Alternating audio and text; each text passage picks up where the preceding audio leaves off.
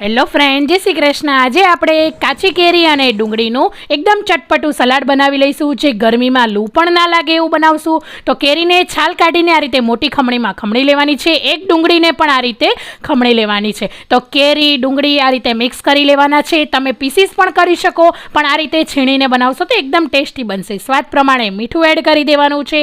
એ પછી ધાણા જીરું પાવડર 2 ટેબલસ્પૂન એડ કરવાનો છે।